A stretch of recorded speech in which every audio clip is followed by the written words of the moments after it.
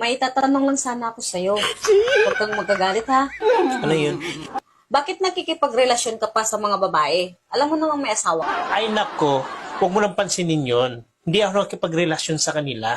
Naikiusap lang naman sila kasi wala pa daw silang boyfriend. Tsaka one time lang naman yun. Nakakaya naman tanggihan. Naikiusap naman yung tao. Ganun ba yun?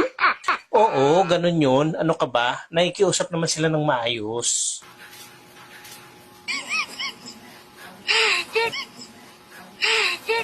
Oh, mahal. Ba't ngayon ka lang umuwi? Late ng 3 oras yung uwi mo ah. Ano nangyari? O mahal, nakikiusap kasi katrabaho ko. Niyaya niya ako sa Sogo. 3 oras lang naman yun. Wala daw kasi siyang girlfriend. Nakakahiya naman kapag tanggihan. Diba? Yun yung sabi mo.